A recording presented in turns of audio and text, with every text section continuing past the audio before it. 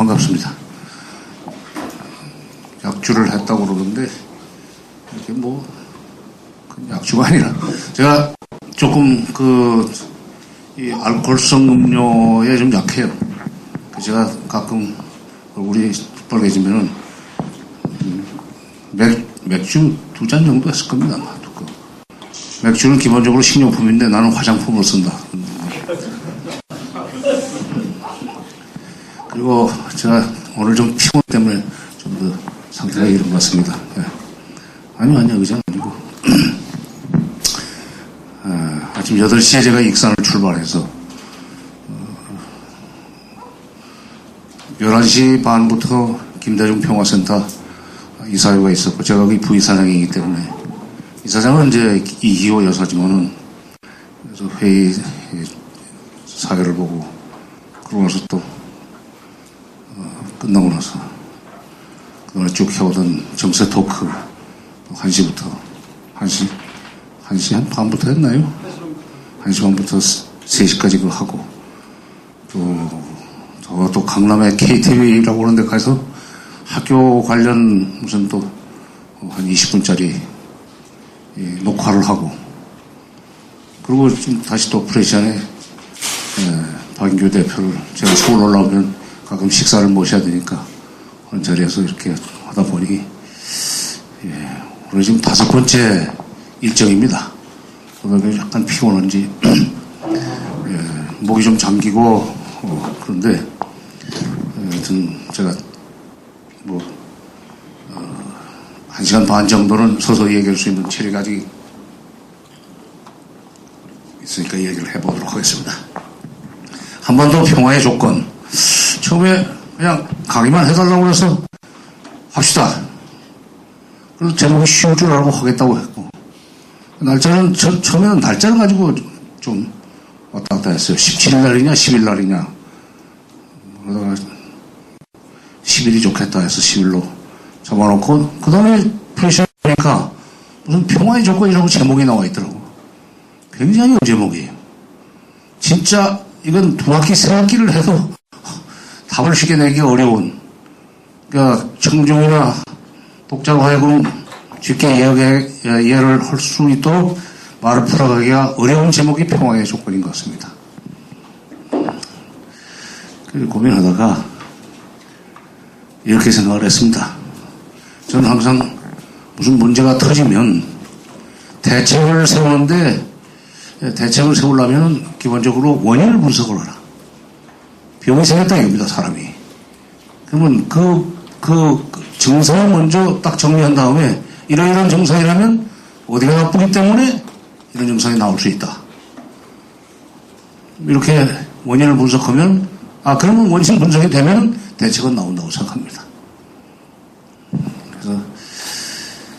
그래서 평화의 조건을 얘기하려면, 이런 평화의 반대말이라고, 정확히 전쟁이라고 하기에도 그래요. 왜냐면 비평화라고 이제 일단 제가 좀 말을 만들어 봤습니다만, 한 번 더 비평화의 원인은 무엇인가? 원인을 먼저 분석을 하자 하는 생각을 해봤습니다.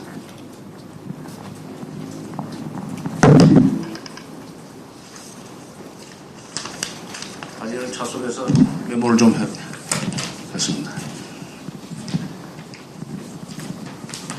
한반도 비평화의 원인, 이게 외부적인 원인도 있고 내부적인 원인도 있고, 이 두 가지로 우선 정리를 할 수 있을 것 같습니다.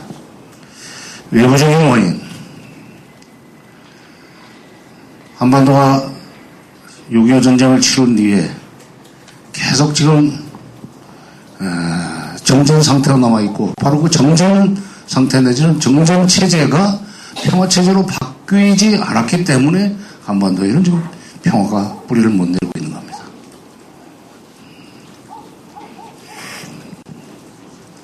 또 구체적으로 얘기한다면 6.25 전쟁 이후에, 이거 인용 잘못하면 또 북한의 얘기를 그대로 인용하는 셈이 되고 또 인정하는 셈이 되기 때문에, 같으면 보안법에 걸릴 수 있는 얘기지만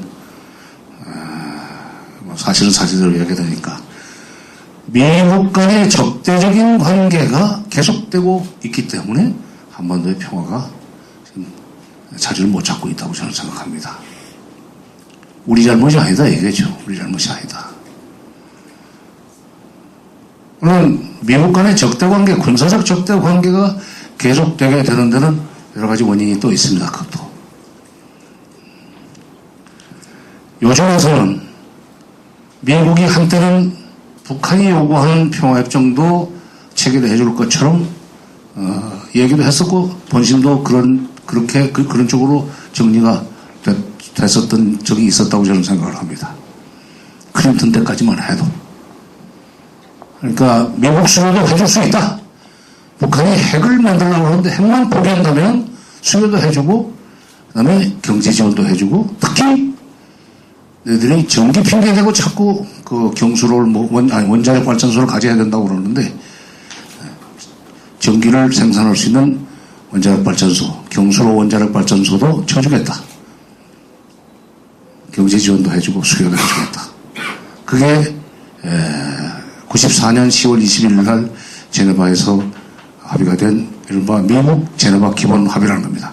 그때까지만 해도 이제 전쟁이 끝나고 나서 6.25 전쟁이 끝나고 나서 거의 40년이 다 된 시점이었었지만은 뭐 북한이라는 나라가 미국을 상대로 전쟁을 도발할 것 같지도 않고 핵을 가지고 뭐 조금 위협적인 행동을 하지만 그게 그 한계가 있는 거라고 미국은 알고 있으니까 그래서 그렇게 해주려고 생각을 했다고 봅니다. 그리고 또 미국이 이제 막 80년대 말 90년대 초에 사회주의권이 붕괴를 하고 얼마 동서냉전이 끝나면서 미국이 유엔 초강국으로 부흥하던 시절이 90년대 초중반까지입니다. 90년대까지 말까지는 미국이 율축 강국이었었어요. 소련은 이미 붕괴해가지고 러시아로 남았지만은 러시아는 아직 힘을 지금 러시아가 다시 또 일어서려고 그러지만은 러시아는 지금 뭐 힘은 없습니다. 대신 이제 중국이 최근에 2000년 이후에 갑자기 세력이 커지면서 미국을 불안하게 만들고 있지 않습니까? 바로 이 중국의 부상이 미국의 동북아에서의 위상 변화를 불러올 수 있다고 생각을 하고 있고 그러려면 계속 여기에 군사적 개입을 할 수 있는 핑계 내지는 명분이 필요하다. 그때부터 북핵 문제를 해결하는 것은 소위 동북아시아에서 미국의 군사적 개입을 약화시키는 원인이 되기 때문에 이 문제 해결하면 안 되겠다라고 생각했던 것 같아요. 부시 때 돌아서 그런 판단을 했던 것 같습니다. 물론 부시 정권이 기본적으로 민주당 정권이기 아니 민주당 보수 정권이기 때문에 그런 생각을 할 수도 있지만 보수 정권이라고 해서 그런 건 아니라고 봅니다. 당시에 국제 정세의 판도가 이제 미국 중국이 치고 올라오면서 머지않은 시간 내에 중국이 미국을 위협할지도 모른다. 사전에 중국을 견제하기 위한 소위 명분, 구실이 필요하다. 그렇다면 북핵 문제는 해결되는 것이 바람직하지 않다. 핑계가 있어야 됩니다. 그러니까 그동안에는 북한의 대남 위협이나 남침을 예방하고 또는 북한의 대남 도발을 사전에 견제하기 위해서 미군이 남쪽에 있어야 된다는 식으로 얘기를 해왔고 그것이 우리 국민들 머릿속에 그 벽에 있죠.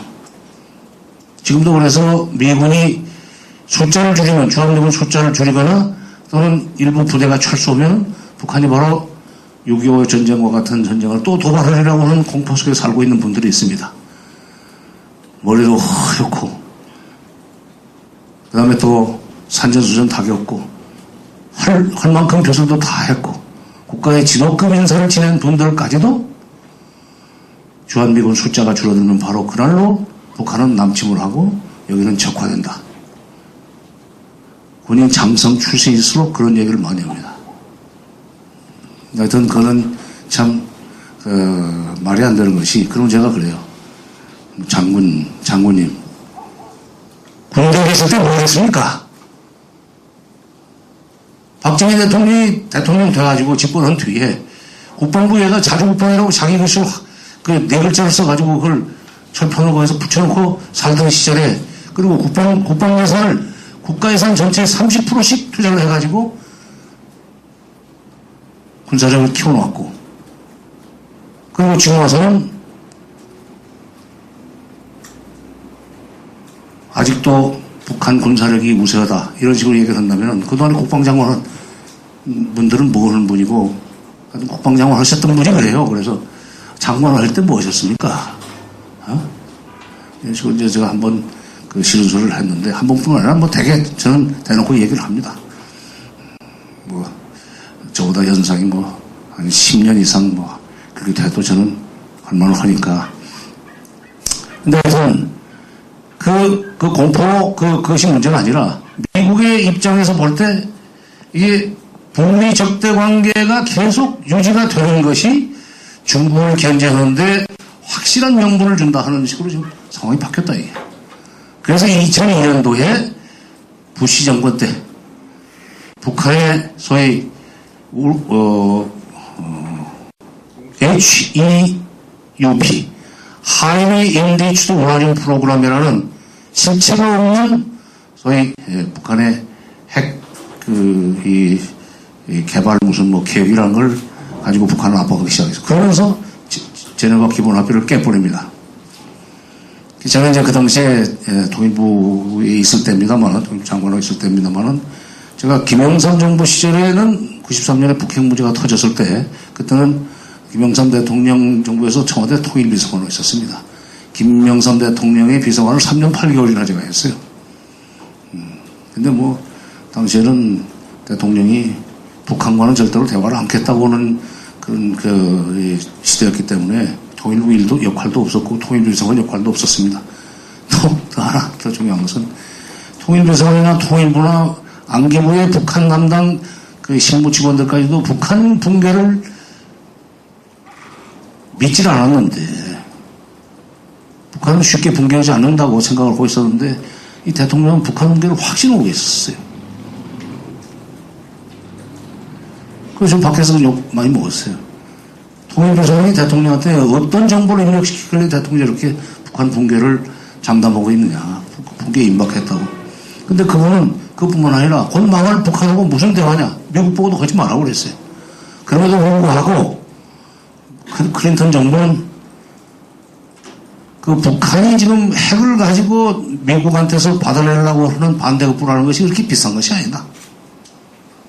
소위 NPT, Nuclear Non-Proliferation Treaty가 지켜지고 그렇게 해서 미국이 핵 확산 그 방지에 책임을 지고 있는 이 상황, 그러니까 미국이 책임지고 있는 핵 확산 방지, 이거에 대한 도전은 일어나지 않는다면은 적당히 달래가지고 북한이 핵을 개발하지 못하도록 하는 것이 미국의 북에 도움이 된다는 식으로 판단을 했습니다.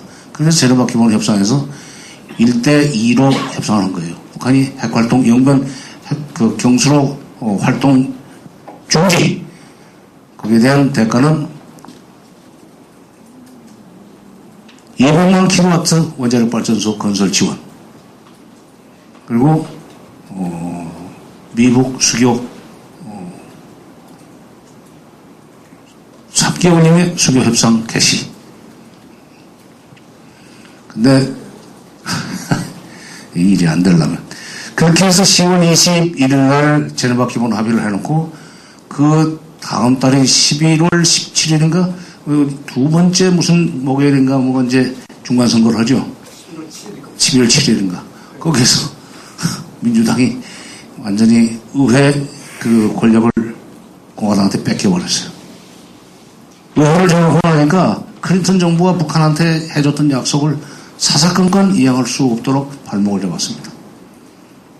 근데 공화당이 때문에 그렇게 하고 또 국내 정치 때문에 그렇게 했지만은 그 연장선상에서 결국 나중에 부시가 2002년도에 와서는 북한의 결과적으로는 있지도 않은 하이리 인리치 우라늄 프로그램을 구실로 해서 북한을 압박하고 북한으로 하여금 미국이 먼저 깼지만 북한으로 하여금 제네바 기본 합의를 이제 탈퇴하도록 그래서 미국이 그 약속을 안 지켜도 되도록 만들고 북한을 압박하기 시작합니다.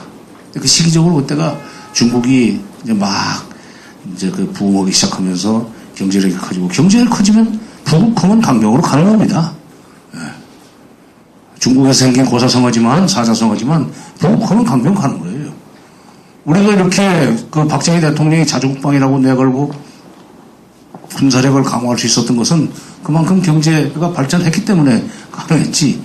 그런 점에서 북한은 지금 말로는 저희들이 무슨 군사강국이라고 하지만 경제가 저렇게 빈약한데 무슨 강국입니까, 한국.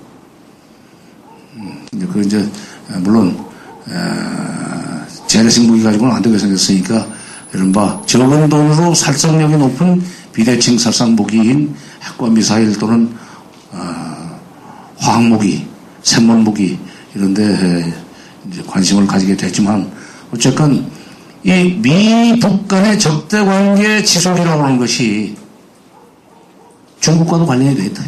미중 관계와도 관련이 되어 있다. 처음에는 단순하게 미-북 간의 문제였는데, 그리고 미국 국내 정치의 문제였는데, 월남에서 다 손 떼고 하면서도 이것도 할 수 있었는데, 이게 북한이, 판단 착오했는지 뭔지 모르지만, 해결하는 거 가지고 딜을 하려고 하다 보니까 미국 내 여론이 나빠지고, 그럼에도 불구하고 클린턴 정부 시절에는 핵을 돈 주고라도 살라고 했었고, 그런데 이제 부시 정부 들어와서 입장이 바뀌어가지고 이 문제가 해결되면은 중국을 압박할 수 없다. 동아시아에서 미국이 쫓겨날지도 모른다. 그러면 계속 일거리를 남겨놔야 된다. 난 북핵 문제의 진실은 그거라고 생각합니다. 그러니까 한 번도 평화가 지금 자리 잡지 못하는 그게 정전체제가 평화체제로 바뀌지 못한, 그런데 이제 그 외형적으로 법적으로는 그렇지만은 실질적으로는 미국 적대 관계가 지속되고 있기 때문이고, 미국 적대 관계 지속은 북한도 원인을 제공했지만 중국이라는 나라가 갑자기 부상을 하면서 아시아에서 미국의 위상을 흔들 것 같으니까 그걸 견제할 수 있는 명분, 그걸 북핵 문제에서 찾으려고 하는 미국의 정책 때문에도 이 평화는 오기 어렵게 됐다. 그러면 또 이 비평화의 내부적인 원인이라고 그럴까? 이것도 한번 살펴볼 필요가 있습니다. 내부적으로 왜 평화가 쉽게 자리 잡지 못하는 그건 반공 대결 의식이라고 생각합니다. 제가 지난 월요일자 한겨레 신문에 칼럼을 하나 썼습니다. 종북 논쟁을 끝장내지 않으면 통일은 없다. 이런 제목의 칼럼을 하나 썼습니다만, 거기서 제가 얘기했던 건 그거예요.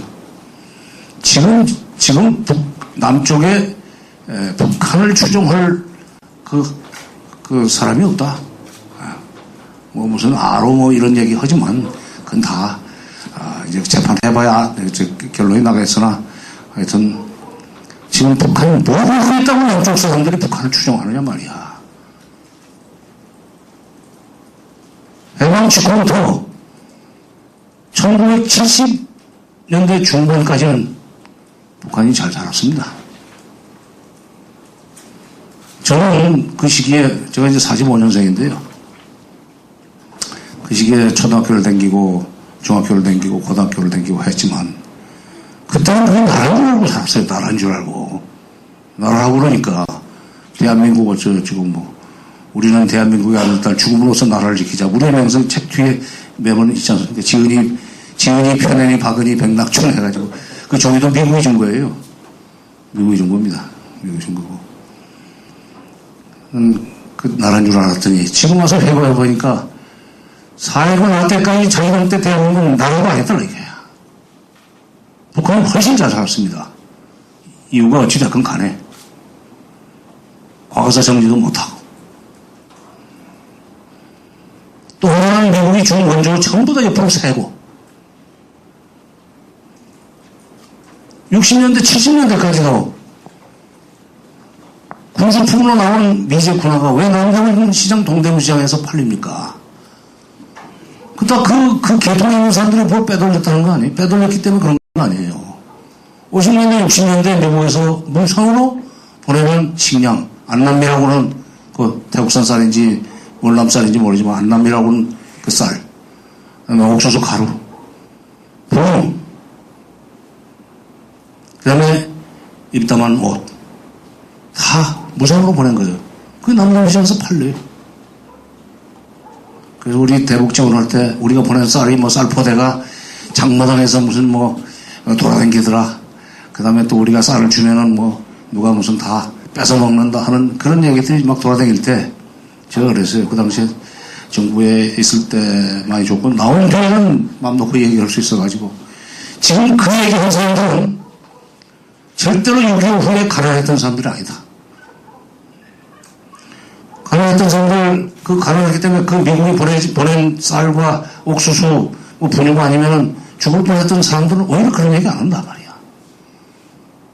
그 당시에도 가정자책이 있었고, 그 당시에도 소위 그야말로 상층 그룹을 형성하는 사람들, 그 자손들이 지금 이런 소리 한다.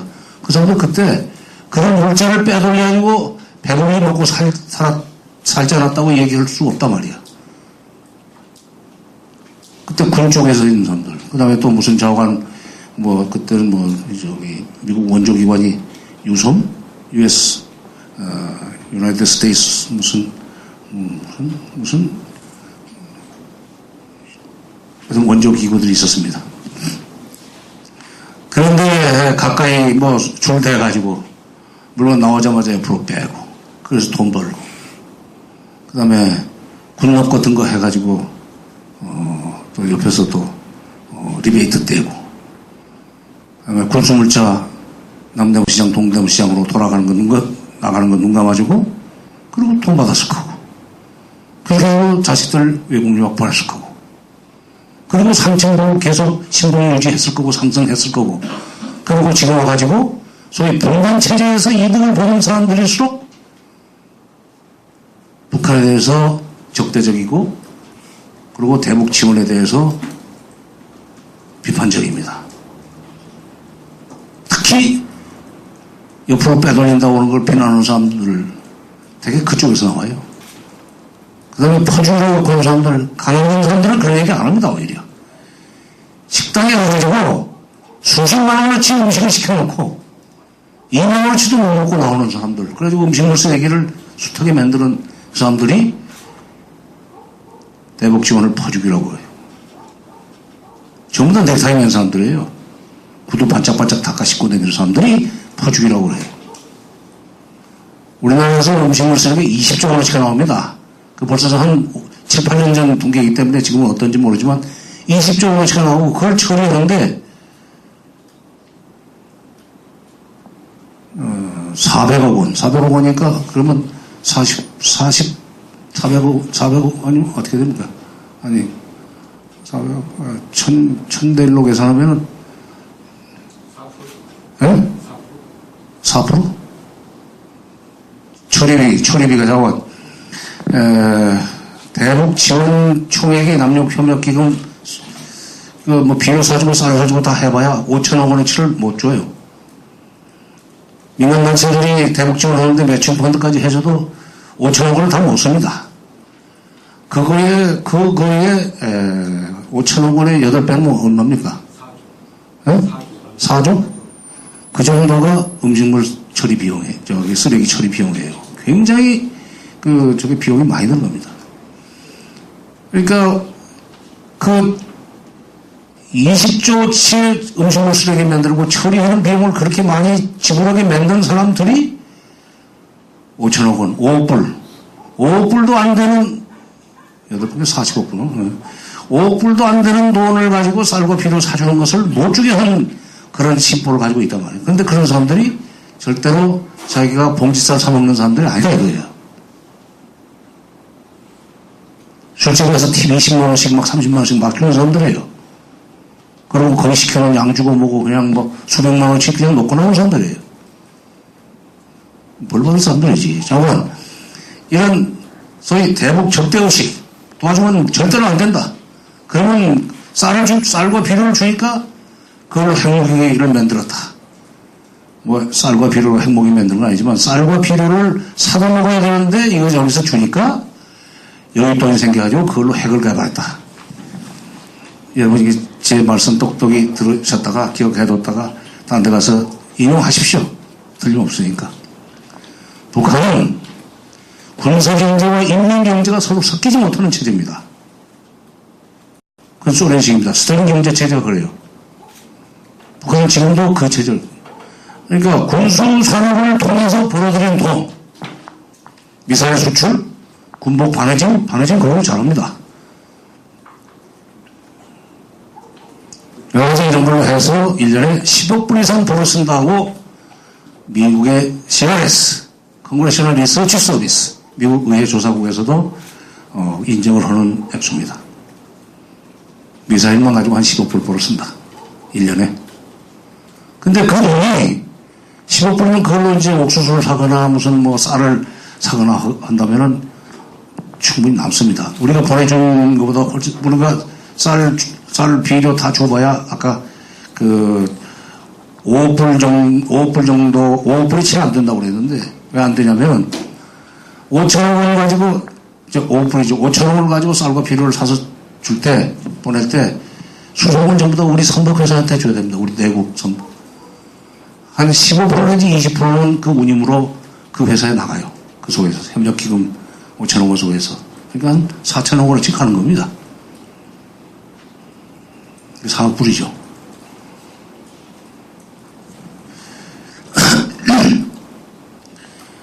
그러니까 4억 불어치만 주어도 저쪽이 그 형편이 풀리는데 10억 불이라는 돈을 갖다 와서 식량을 사다 먹기로 한다면은 형편이 풀리고도 많고 오히려 그거 가지고 떡도 해먹고 무슨 뭐 빵도 만들어 먹든지 할 수 있는 정도의 여유가 생긴다는 계산은 나와요. 근데 그 돈이 이쪽 인민경제 쪽으로 못 넘어가는 거야. 내각의 경제부처는 여러 개 있습니다. 다 알아서 먹여 살려야 돼, 인민들을. 군수부는 제2경제위원회라고 그러는데, 거기서는 우리는 지하경제를 뭐 제2경제라고 그러나 뭐, 그러지만 그쪽에 제2경제위원회, 제2경제는 군수경제입니다. 그 이쪽으로 못 넘어옵니다. 이쪽에 군화적으로 그 돈 못 내놓게 되어 있어요. 계속 거기서 확대 재생산 하게 되어 있습니다. 그런데 투자해야 돼요. 그러니까, 여기서 보내준 쌀 때문에 여유가 생겨가지고 핵을 무슨 개발하고 미사일 사거리를 늘렸다. 그건 아니다, 이게. 독립해야 이게 쉽게 얘기해서.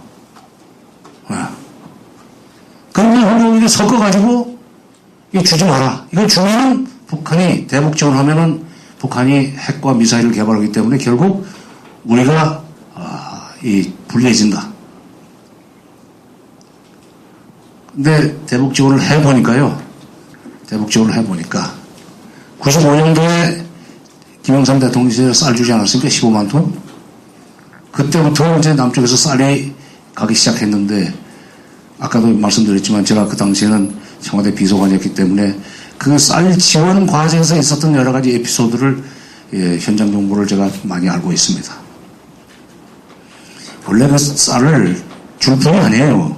김영삼 대통령이. 북한은 곧 망한다고 그러고, 북한은 거칠게 다뤄야지, 부드럽게 다루고 그러면 수염 뽑으려고 그러니까 거칠게 다뤄야 된다. 미국 보고 대화도 못하게 했던 보이지만, 북한이 95년도 들어오면서, 94년에 김일성 죽지 않았습니까? 95년 들어오면서, 식량 사정이 나쁘니까, WFP, 유엔의 WFP한테 식량 지원을 좀 해달라고 호소를 했어요. 그게 이제 언론에 나왔어요. 그러자 맨 처음에 거기 쌀을 주겠다고 나라가 나왔습니다. 어디였을 것 같습니까? 어디였을 것 같습니까?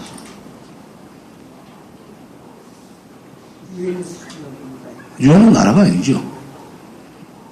유엔은 자기 돈이 없으니까 WFP가 여기저기 그저 심청이 저다 먹이는 식으로 여기저기 조금씩 얻어가지고 모아서 갖다 주는 데고 WFP는 일본입니다. 일본은 왜 준다고 그랬냐? 먹을 것이 없어가지고 만약 보트 피플이 나오기 시작하면은 일본 온다. 환자 조각 하나만 붙들어도 함경도에서 떠나면은 네가 다 쪽으로 들어오고, 황해도 평안도 쪽에서 떠나면은 규슈로 들어온다. 백제 유민들이 그 길로 들어왔고 고구려 유민들이 그 길로 들어왔다. 그래가지고 베를린장벽이 무너지는 이 직후에 89년 베를린장벽이 무너지고 그러기 전부터 이쪽 헝가리 쪽으로, 그러니까 동독 사람들이 헝가리 체코 이렇게 가지고는 오스트리아를 가지고 막 서독으로 들어오지 않습니까? 그때 일본에서는 어떤 연구를 시작했는가?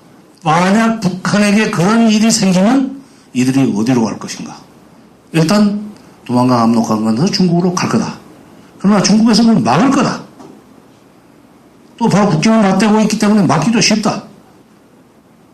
그러나 그렇게 막으면 어디로 가느냐? 결국 바다로 나온다. 남쪽으로 안 갈 거다. 남쪽으로 가면 죽는다고 생각을 하니까. 대남 적대의식 때문에. 그럼 바다로 나오면 일본으로 온다. 수용소를 어디다 칠 것인가? 그 연구를 91, 2년지간에 엄청나게 했습니다. 무서운 사람들이에요. 우리는 그때 아무 생각이 없었어요. 참 쓸데없는 짓도 한단 말이야. 그런데 그게 이제 그런 연구를 했던 사람들이기 때문에 그리고 그런 연구를 리드했던 사람, 일본에는 조그마한 연구회가 많아요. 벤키오카이라는 게 많습니다. 자기 돈 내서 합니다, 전부 다. 근데 그걸 총괄 지도하는 운영위원장이라고 하는 게 여기 대사했던 스노베 대사였었어요. 주한 일본 대사를 했던. 정말 그런 식으로 했던 사람들이기 때문에 95년에 그 얘기가 나오니까 50만 톤을 주겠다고 언론에 걸렸어요. 그걸 듣고는 김영삼 대통령이 완전히 또 마음이 바뀐 거예요. 아무리 저놈들이 나를 갖다 와서 천지 바보 멍충이라고 욕을 하더라도 그때 욕이 아주 험악했습니다. 지금 박근혜 대통령한테 붙이는 욕 정도는 됐을 거예요. 아주 기분 나쁘겠지. 나는 보고 하는 게 안 좋다고 생각해서 안 하는데 당시 비서장이 왜 그런 걸 숨기냐 이거야. 아이고 이거 보고 해가지고 기분 나쁘고 그렇게 되면 대통령 그때는 카카라고 그럴 때는 카카가 또 이 심옥의 북쪽에 대해서 이제 발언을 하실 거고 그렇게 되면 이거 남북관계는 점점 더 멀어질 거고 덕보다 실이 큽니다. 그때 그런 건 보고하라고. 그래서 도리 없이 공무원은 또 공무원 시키는 대로 해야 되니까 이제 보고를 했어요. 직원 시켜서 통계표 그림표까지 그려가지고 끈끈표 일주일 동안. 그러니까 그거 보고 좀 화가 나지. 하여튼 그런 욕을 하지만 그래도 일본이 먼저 준다면 우리 민족이 뭐가 되겠나 체면이. 일본 총리한테 전화해서 뒤로 좀 서라. 북쪽이 나를 욕해도 우리가 먼저 좀 줄 수 있도록 일본이 협조하라. 그런 얘기를 하는데 일본이 아니야 우리가 먼저 줘야 돼. 할 수는 없죠. 명색이 설린 우호관계에 있는데 그래서 15만 톤이 간 겁니다. 그때 그 이후에 일본에서 50만 톤이 갔어요. 근데 북한에는 일부 지역에서 어떤 소문이 났는가. 처음에 쌀을 가지고 간 사람들이 전부 다 남쪽 사람들이니까 인수위원 인도위원들끼리 통역 없이 주고받았단 말이야. 남조선에서 쌀이 왔냐?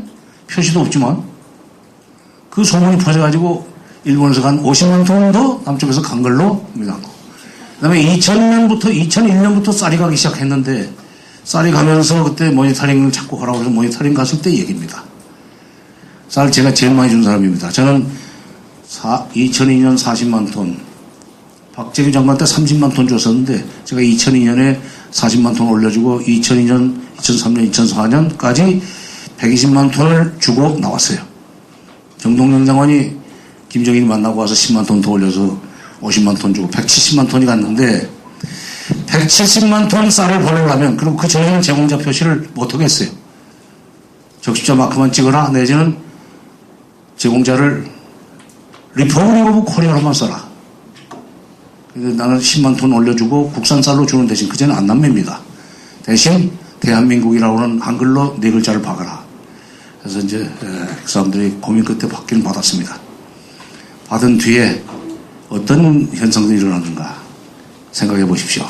170만 톤이 가려면 제공자 표시가 대한민국 한글로 된 대한민국 포대 속에 그래서 이 170만 톤이 가려면 40kg짜리 4,250만 개가 가야 됩니다. 북한에서 이거 두 손에 물건 들고 다닐 수 있는 힘 있는 사람이 2개씩 들어야 돼요. 거기 못 걷는 사람, 애기, 이거 빼고 나면은 제발로 제 손으로 물건 들고 다닐 수 있는 사람이 양쪽 손에 들어야 4,250만 개를 200만 명 정도가 든다. 2,400만 되니까. 그때 나온 얘기입니다. 이렇게 비바람이 몰아치는데 동포들이야. 동포가 아니면 누가 우리에게 이렇게 먹을 것을 주겠는가. 그런데 우리는 고맙게 알고 먹고 있는데 남쪽에서는, 남쪽 언론에서는 계속 이것을 우리 군인들이 뺏어 먹는다느니, 무슨 당원들이 뺏어간다는 현식으로 모략적인 얘기를 하는데 우리 좀 섭섭합니다. 우리 고맙게 함께 먹고 있습니다. 근데 남쪽에서 오는 쌀이 조금 풀기는 떨어져요. 풀기가 떨어집니다. 왜? 2년, 3년 된 별을 방아를 쪄서 보내기 때문에.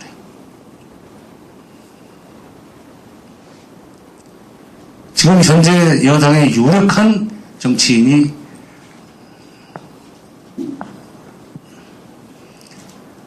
남쪽에서 쌀을 보내면 굴림을 저장한다는 무식한 소리를 한 적이 있어요. 작년입니다. 그래서 참 부잣집 아들로 커가지고 시골에서 벼로 이렇게 상태로 저장한 고가를 넣어놨다가 먹기 직전에 꺼내서 방앗간에 가서 도장 공장에 가서 쪄가지고 와서 먹는 거 아닙니까? 쌀독에 넣고 쌀뒤지에 넣고. 그 짓을 못하게 방아를 쪄서 보내요. 그러니까 쌀을 보내려면 전국의 정유소가 돌아가야 됩니다. 밤새요. 40만 톤 방아 찍는데 밤을 새고, 그 다음에 또 10만 톤, 평균 10만 톤 보내는데 평균 한 달이 걸려요. 왜? 우리의 하역 선적 능력은 충분히 있지만 북한의 하역 능력이 적어서 5천 톤 이상 저반을 못합니다. 작아가지고. 그러다 보니까 한 달이 걸리고, 그래서 40만 톤이 가려면 넉 달 가야 되는데, 그런 식으로 이렇게 쌀이 가는 동안에 방앗간은 방앗간대로 돌아가고, 우리는 우리대로 바쁘지만 저쪽에서는 그거 먹으면서 그런 얘기를 해요. 붉기는 떨어진다. 그런데 그 붉기가 떨어진 그 이유는 바로 그거예요. 새쌀이 아닙니다. 절대 1년짜리 안 보내요. 우리 먹을 것도 없는데 뭘 쌀을 주느냐 하지만 그걸 보낸 건 2년 이상 된 겁니다. 조금 있으면 이제 부수리가 되거나 해서 사료로 쓰거나, 심지어 이명박 대통령 때는 비료로 쓰겠다는 얘기까지 했는데, 저쪽은 쌀 좀 달라고 그러는데 비료로 쓸 망정들이를 못 준다 그러지 않았어요? 그거 남쪽에서 온 쌀이 풀기는 좀 떨어지지만 그걸 축수해서 드리면 노인분들은 더 좋아하신다. 고맙다는 얘기입니다. 그 다음에 비료 관련돼서도 2005년도에 저는 이제 정부에서 나온 텐데 KBS가 15일 동안 북한에 체류를 하면서 여러 가지 취재를 했어요. 하여튼 사령까지 내려오고 이랬으니까. 저 북에서부터 남쪽까지. 만경대 협동농장, 바로 그 만경대가 김일성 생각 있는 만경대 그거 아닙니까? 만경대 협동농장의 부지배인 여자예요. 김분옥인가, 기옥인가, 그런 하여튼 그런 여자가 바로 여기 KBS 막가 딱인 그 앞에서 남쪽에서 제때 비료를 보내주기 때문에 우리 농민들이 농사를 짓는데 아주 도움을 많이 받습니다. 고맙게 알고 있습니다. 2002년 6월 17일 날 정몽준 당시 통일부 장관이 백화원 초대소에서 김정일을 만났을 때 김정일이 맨 처음 한 얘기가 그동안에 남쪽에서 쌀과 비료를 보내줘서 우리 인민들이 매우 고맙게 먹고 쓰고 했습니다. 내가 우리 인민들을 대표해서 감사의 말씀을 전합니다. 이건 꼭 전해주십시오. 그런데 그것이 뉴스가 못됐어요. 왜? 육자회담에 복귀한다는 것이 뉴스가 되는 바람에 뉴스밸류가 떨어지고, 육자회담 복귀하느냐 안 하는 것이 국제적인 관심사에서 그 고마운 마음은 그 기사가 못됐는데, 어쨌건 쌀이 나니까 민심이 연결되더라 이거예요. 김일성이 즐겨 쓰는 말이 쌀독에서 이집 난다 했습니다. 쌀은 공산주의다. 기와집에서 비단을 입고 이팝에, 거기서 쌀밥을 이팝이라고 합니다. 이팝에 고깃국을 먹고 싶어하는 우리 인민들의 세계적 영혼을 기필코 우리는 달성해야 합니다 하는 식으로 연설을 50년대에 많이 했어요. 그때 정상운동 막 할 때입니다. 근데 김일성이 죽기 전에 89년 말인가 그때 중대한 결정을 하는데, 그때 그 90년대로 넘어가면서 기와집에서 비단을 입고 이팝에 고깃국을 먹고 싶어하는 우리 인민들의 세계적 영혼은 다음 세기에는 반드시 무슨 달성을 해야 됩니다. 그런 얘기를 했어요. 바로 그 쌀독에서 생산한다. 고가에서 생산한다. 쌀은 공산주의다. 먹는 문제를 조선노동당과 조선민주주의 공화국정부가 해결하지 못하는데, 해결하지 보여주지 못하고 남쪽에서 대한민국이라는 데서 처음에 대한민국 어딘가 그게 남조선인 줄은 바로 몰랐을 거예요 아마. 예. 우리도 조선민주인민공화국이 북한인지 잘 모르는 사람 많잖아요. 그럼 북한이지 북계고. 70년대에 이런 일이 있었어요. 80년대 초군요. DPRK를 번역을 했는데 누구가 민주주의적 국민의 대한민국이라고 번역을 했어요. 그거는 데모크라틱 피플스 리퍼블릭 오브 코리아입니다. DPRK가 노스코리아가 아니고 데모크라틱 피플스 리퍼블릭 오브 코리아예요. 그러니까 순서로 민주주의적 국민의 대한민국 리퍼블릭 오브 코리아는 뭐 대한민국이니까 그런 이제 웃지 못할 정부 이거 싫어합니다. 근데 자고는 그때 그렇게 쌀떡에서 인심나하고 민심이 연결되는 걸 우리는 체험을 했습니다. 지금도 그때를 그 사람들은 잊지 못해요. 그때가 좋았다. 제가 물러난 뒤에 가끔 이제 민간인 신분으로 북한을 가면 그 장관 선생이 다시 한번 할 수 없습니다. 제일 많이 준 사람이니까. 쌀도 20만 톤에 비료도 20만 톤에 30만 톤 올려주고, 쌀도 30만 톤에서 국산 쌀로 40만 톤 올려주고, 대신 제공자 표시를 한글로 오는 거.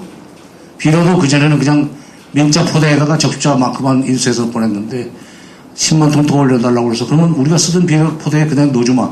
그랬더니 뭐, 사용법 거기 적혀 있으니까 더 편리하죠. 그러면 또 할 수 없는 그런 얘기를 하던데, 바로 그겁니다. 그 사람들은 뭐 내가 이뻐서 하라고 그러겠어요? 바로 그때가 좋았다. 그러니까 저는 지금 민심이 연결되는 거 이것이 소위 한반도에서, 한반도에서 비평화가 사라지는 내부적 요건이다, 이게. 근데 그거는 가진 자가 먼저 베풀어야 됩니다.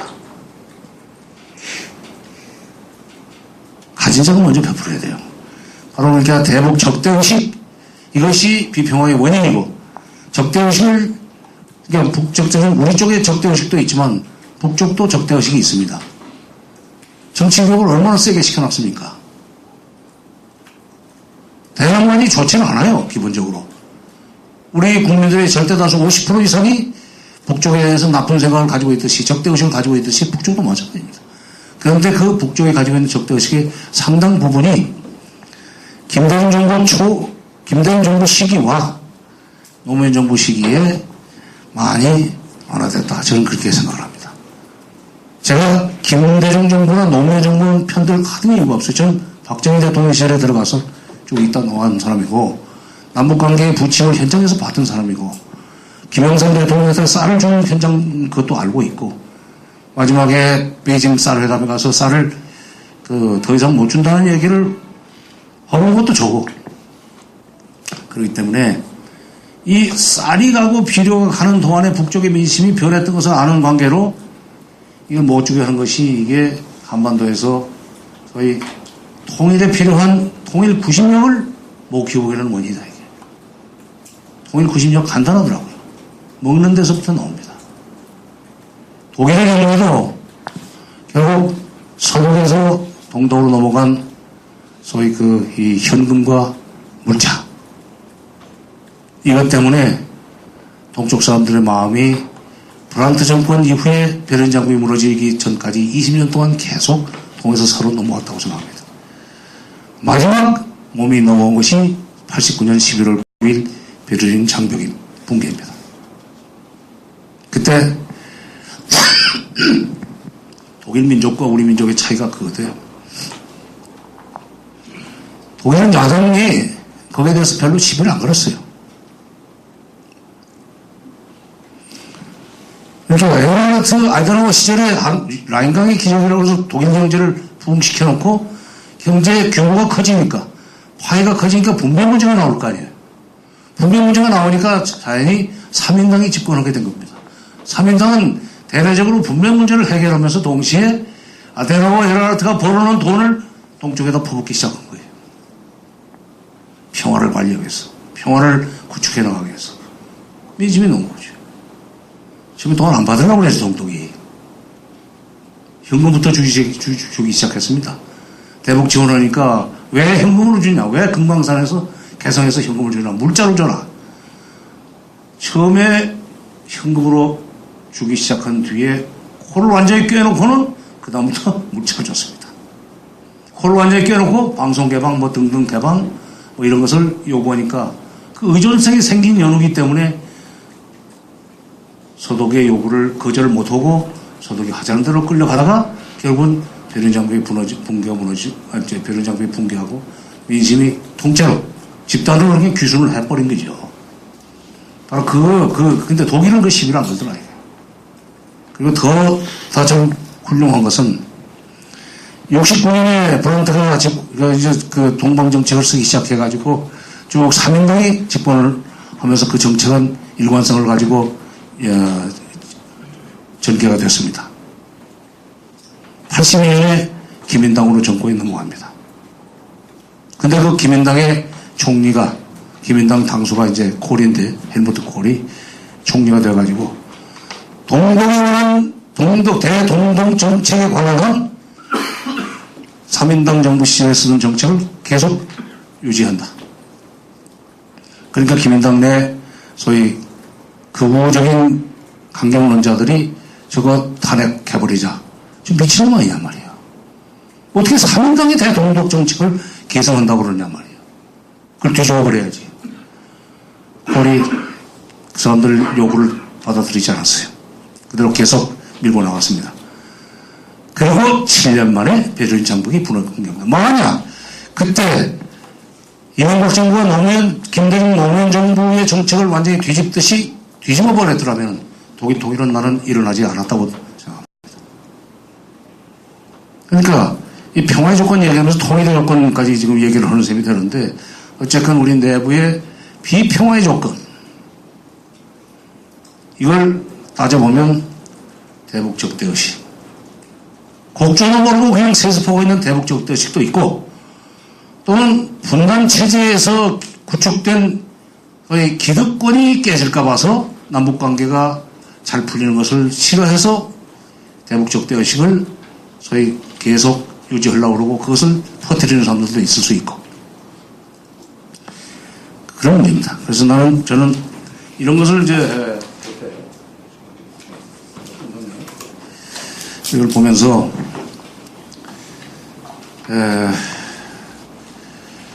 비평화의 조건 이제 외부에도 있고 이제 내부에도 있다고 그러지만은 외부의 비평화의 조건을 갖다가 제거하는 것이 쉽지는 않을 것 같아요. 순서상 내부에서부터 시작이 돼야 된다고 생각합니다. 내부에서 내부에서 이 비평화의 조건을 제거해 나가는 것은 아까 얘기한 대로 이 대북 적대의식을 완화시킬 수 있는 여러 가지 정치적 조치가 있어야 된다 이게. 근데 이제 그 보수 정권은 그런 걸 잘 안 하려고 그러죠. 어떻게 보면은 대북 적대의식의 토양 위에서 보수 결집이 일어나야 정권이 안정적으로 유지가 된다는 계산을 할 테니까 먼저는 안 할 겁니다. 그러나 이론적으로는 이쪽에서 내부적으로 정권 차원에서 대북 적대의식을 조금이라도 완화시키려고 노력을 하지 않으면 통일은 기대할 수 없다. 남북관계 개선도 기대할 수 없다. 그러니까 대북 화해협력이라고 할까 관계 개선을 갖다가 해나가려고 하는 정부의 발목을 잡지 않도록 그걸 그 보수철 정부가 알아서 스스로 좀 설득을 해가면서 대북 정책을 추진해달라 하는 얘기예요. 할 수밖에 없다. 얘기예요. 또 하나 이제 더 구체적으로는 그런 그 분위기를 만들어 가면서 현실적으로는 아까도 얘기했지만은 인도적 차원의 대북 지원이라든지 이런 걸 먼저 시작을 해야 됩니다. 인도적 차원의 대북 지원을 해가면서 민심이 연결되도록 만들고 민심이 연결되면 그다음에 핵 문제와 관련된 북한 정부의 태도 변화를 유도하는데 굉장히 도움이 되더라고요. 실제로 그런 성공 경험이 있으니까요. 예를 들면 2005년 9월 19일 날 유명한 북핵 문제 해결 로드맵이라고 하는 9.19 공동성명이 체결되지 않습니까? 그게 이제 그때가 노무현 정부 시절이고 그 당시 통일부 장관은 정동영, 청와대에는 이종석 NSC 사무차장 이렇게 있을 때입니다. 근데 그때 2005년쯤 되면 남북관계가 어떻게 되느냐? 그동안에 꾸준히 쌀과 비료가 가는 동안에 아까도 얘기했지만 민심이 연결됐다고 그러지 않았어요? 그리고 그런 것을 우리가 이제 아주 진짜 그야말로 진정성을 가지고 약속을 하면 지키고 준다고 하면 반드시 주고 이러다 보니까 남쪽에 대한 신뢰가 당국 차원에서 생겼어요. 제 자랑 같아서 지금 좀 그렇습니다만 북핵 육자회담이 시작되기 전에 제가 그랬어요. 육자회담이 시작되면 반드시 남쪽 대표단들하고 만나가지고 조금 소위 해석을 받아라. 미국 측의 기조연설 속에 숨어있는 독소정도 있을 수도 있고 미국 측의 그 기조연설 속에 숨어있는 인센티브도 있을 수 있다. 근데 그동안에 당신들이 미국하고 성명하던 과거의 이 사례를 통해서 보면 우리가 이제 그렇게 얘기했죠. 내가 77년에 소련에 들어가서 계속 당신들 방송 보고 신문 보고 미국 간의 성명전 벌어진 것도 옆에서 제3자 입장에서 많이 봤단 말이야. 근데 우리가 볼 때 미국이 말하는 것은 그러니까 그 북한 사람들은 컨텍스트보다는 워드를 많이 봅니다. 워딩을. 그게 좀 문제예요. 사실 문맥을 봐야 되고 어떤 것은 행동을 해야 되는 거 아닙니까? 그걸 잘 못하는 것 같아 북한 사람들이. 북쪽에서는 몇 가지 단어에 뻘쭉해가지고는 그 다음에 무슨 선멸적 타격을 안길 것이다 이 지구에 무슨 끝까지 따라가서 무슨 어쩌고 저쩌고 이 행성에는 숨을 곳조차 없을 것이다 그런 말만 곤란해하는 사람들이 있어요. 대남 편지 하나 썼는데요 400명이 손을 본답니다. 노동신문 기자들이 쓴대요 우선. 쭉 돌려본대요. 한마디. 그러니까 되게 집체적이에요. 북한의 그림도 집체적이 많지 않습니까? 요 부분은 누가 그리고 요 부분은 누가 그리고. 그러듯이 글 하나도 그렇게 여러 사람이 있어요. 400명까지 가겠어요. 한 40여 명 하겠지만 북쪽의 그 회담 일꾼들이 우리 겁먹이려고 남쪽의 회담 사무국의 직원은 몇 명이 되는가? 그러니까 우리 그 당시에 6, 70명 그러니까 우리는 편지 하나 쓰는데도 400명이 쓰는데 어쩌고.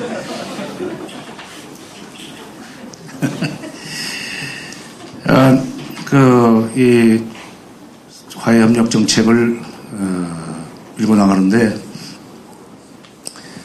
이 대북 지원을 해나가면서 민심이 연결되도록 하고 그 과정에서 북한 당국이 우리를 신뢰하게 되면 핵 문제와 관련된 태도 변화를 끌어내는데 효과가 있더라 이거야. 만나서 물어봐라. 미국이 하는 얘기에 숨은 뜻이 무엇인지 남쪽은 좀 안다. 내도 우리 보고 미국을 끼고 살아가지고 어쩌고저쩌고 하고 미국 아니면 무슨 숨도 못 쉰다. 30초만 숨쉬게 해달라는 사람도 있었지만 숨도 못 쉰다 하는 식으로 비난하고 그러지만 너희들은 당신네들 말대로 우리가 미국을 끼고 살다 보니까 미국의 말뜻은 당신네들보다 우리가 좀 더 잘한다. 그것을 활용해라 말이야. 근데 실제로 육자회담 첫 회담 끝나고 기조연설 끝나고 들어가는데 슬그머니 김교관이 우리 측 수석 대표를 빈방으로 밀어넣더니 아까 그 뜻을 좀 남쪽에서는 어떻게 이해합니까? 하는 식으로 묻더라는 거예요. 그러기 전에 내가 그 얘기를 하고 내가 이런 얘기를 해놓기 때문에 육자회담이 열리면은 당신한테 혹시 말을 걸을지 모르니까 그때 친절하게 대접해라. 대꾸해줘라. 그랬어요. 근데 회담 갔다 와서 개인적으로는 학교 선후배다 보니까 공적으로 얘기하고 아니 형이 말한 대로 그 김교관이가 나를 슬그머니 빈방으로 밀어넣더라고. 왜 그런가 그랬더니 아까 그 미국의 얘기 우리 좀 더 따져봐야 되겠지만 1차적으로 남쪽에서는 그걸 어떻게 이해합니까? 하는 식으로 묻더라는 거예요. 그래서 이런 거 다 얘기해주고 그런데 그 다음부터 남북회담이 열리기 직전에 미국의 동아시아 태평양 담당 차관보가 한국에 2번이나 왔습니다. 동아태 차관보가 그거는 커버리지가 높기 때문에 한국에 2번 온다면 굉장히 많이 온 거예요. 다음번 육자회담 때 북쪽이 이런 문제에 관련해서 좀 태도 변화를 할 수 있도록 사전에 좀 조율을 좀 해 주십시오. 남북회담에서. 외무장관한테 얘기하고 가도 돼요. 반드시 구름다리 건너서 통일부 장관실로 와서 얘기하고 자기가 바빠서 못 오면 당시에 대사했던 토마스 허바드를 보내가지고 이런 것을 좀 사전에 조율을 해 주십시오. 미국 사람들이 어떤 사람들입니까? 사방에 수소문 해가지고 누구의 말을 듣는지 알고 온 거다 이거야. 남북이 저희들이 무슨 쌀 주고 비료 주기 때문에 서로가 믿는 사이가 됐다 내지는 남쪽 말을 좀 듣는 것 같다 라고 게 확인이 됐기 때문에 온 거 아니냐. 그 연장선상에서 결국 이제 계속 우리가 그런 이제 북한을 달래죠. 대미 요구가 너무 세다. 비현실적이다. 욕 좀 하지 마라. 그 다음에 회담 끝나고 나서 그 다음 날부터 또 딴소리 하지 마라.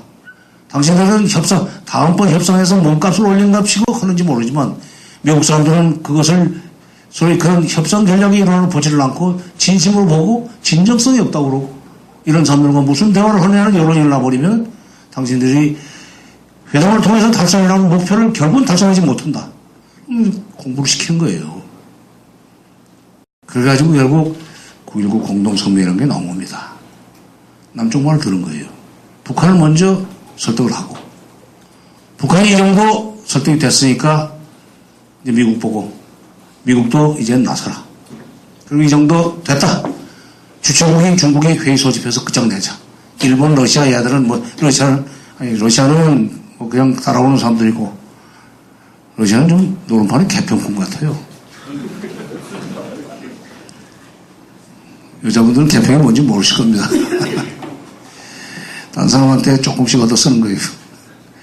남북관계 좋아지면 가스 팔아먹을 생각, 남북관계 좋아지면 철도 연결해서 통과를 받을 생각, 그것만 하고 있어요. 일본은 미국이 하라는 대로 하는 나라이기 때문에 하여튼 북한을 먼저 설득하고 미국을 그걸 가지고 설득을 해서 중국에게 그걸 던져주면 중국이 회의 소집해서 만들어낸 것이 9.19 공동성명입니다. 그러니까 제 얘기는 이 인도적 지원이라고 하는 걸 통해서 그리고 남북 간의 인도적 지원으로 시작해가지고 남북 간의 경제 교류 협력을 심화시키다 보면은 이제 북쪽에 대남 의존성이 생겨가지고 우리말을 듣게 된다 이거예요. 그걸 가지고 미국한테다 대고 얘기를 하고 중국한테 얘기를 해서 동북아시아의 소위 핵 문제도 풀고 그다음에 동북아의 평화도 우리가 내도록 해야 그러면서 이제 외부의 소위 비평화의 조건이라고 할까 원인을 갖다가 하나씩 제거해 나갑니다. 핵 문제가 해결 쪽으로 방향을 잡게 되면은 9.19 공동성명의 그 약속대로 정전협정을 평화협정으로 바꾸게 되어 있습니다. 그것도 약속을 해줬어요. 북한이 이란에 보면 북한이 핵을 포기하고 남쪽에도 미국이 핵 같은 걸 들여오지 않는다. 이항 그런 조건으로 미국과 일본은 북한과 수교한다. 3항 북한을 제외한 나머지 5억은 북한에게 상당 기간 동안 경제 지원을 한다. 4항 일정한 시간이 지나고 나면 정전체제를 평화협정 체제로 바꾸는 문제를 심층 논의한다. 정전협정을 평화협정으로 바꿔준다는 얘기예요. 그러니까 9.19 공동성명에 이제 그렇게 되어 있기 때문에 먼저 남쪽이 다가가는 자세로 지원을 하고 그다음에 금강산 관광도 재개하고 또 그러다 보면 이제 개성공단도 활성화되고 그렇게 해서 경제적으로 남쪽 아니면은 의지할 데가 없이 만들어지면 중국말보다는 남쪽 말을 듣게 돼 있다 이거예요. 그러면서 핵 문제가 해결되면 아까 얘기한 대로 소위 미국 적대 관계를 첨산할 수 있는 평화협정 문제까지도 넘어갈 수 있다. 여기까지 말씀드리겠습니다. 질문하십시오.